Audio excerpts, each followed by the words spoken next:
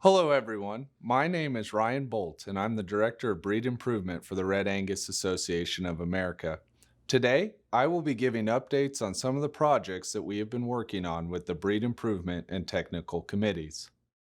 The mission of the Breed Improvement Committee and Technical Committee is to serve as the catalyst for developing and delivering tools to improve the genetics of Red Angus and Red Angus influenced cattle.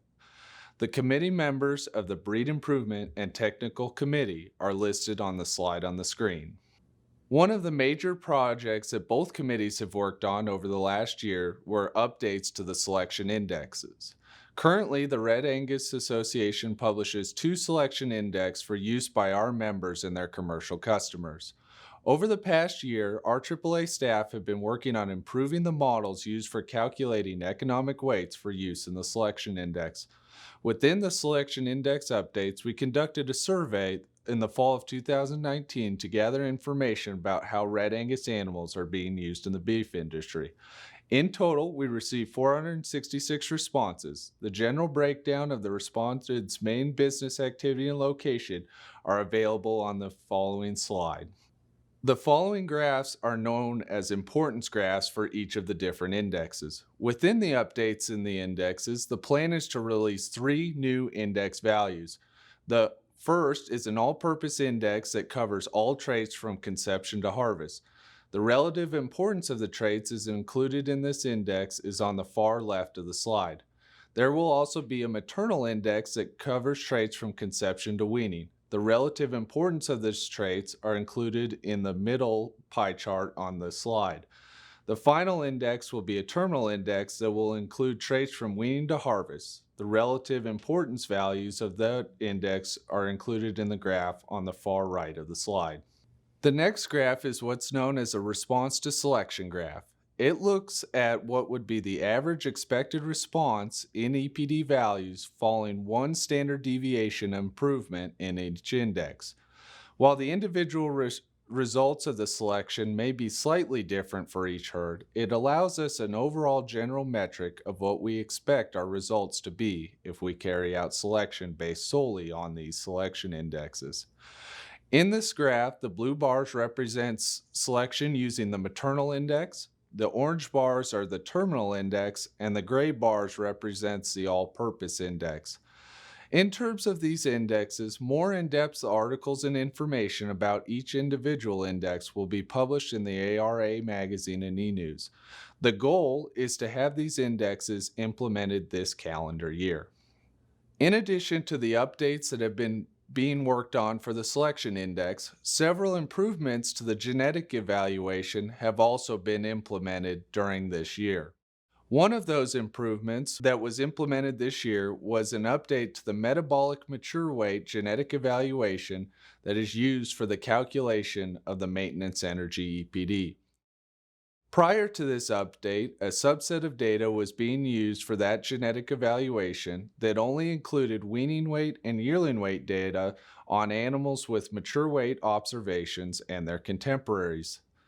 This year, we updated the evaluation to include all of the weaning and yearling weight data available on all animals.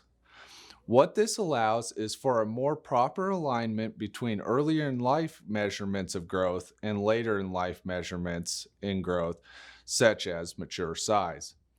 To illustrate this, I included a genetic trend for each of the different growth traits.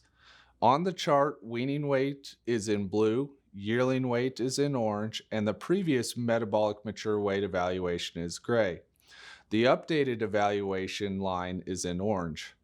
As you can see that by adding this additional weaning and yearling weight information, we see that we get a better alignment between our genetic trends for these highly genetically correlated growth traits. IGS recently released several improvements to the weekly growth genetic evaluation.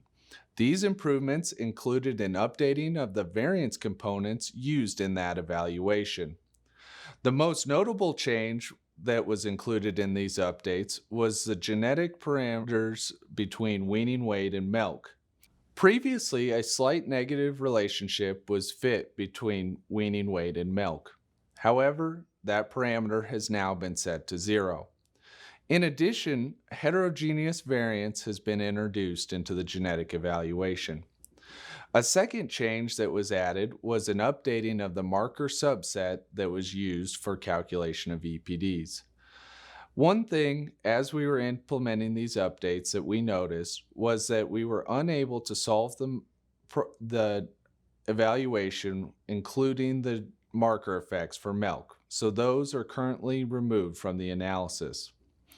The final improvement that was included in the genetic evaluation was a method to account for different birth weight collection methods. This part of the system examines birth weight data and identifies if the data submitted fits biological expectations. If the data is identified as having questionable characteristics, then it is either weighted differently or is removed from the evaluation. Overall, we looked at if these changes resulted in more accurate genetic predictions for these traits. We saw that we did see improvements for all the direct growth traits with these updates. In addition, we did see that these updates also did see a slight improvement for our prediction of maternal weaning weight as well. Over the past year, these committees have also been working on educational efforts for feet and leg scoring. In June, every member of the RAAA received a card in the mail that had information about feet and leg scoring. In addition, a barn sheet for feet and leg scoring has also been made available through the REDS Pro database. Every member can go in and download that report to score the animals within the herd.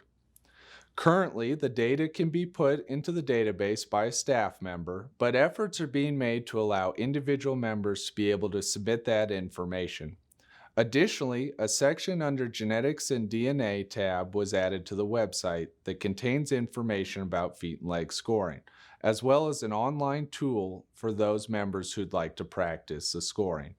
Additional educational material has also been disseminated throughout e-news and articles in the RAAA magazine, and we will continue developing more of those resources.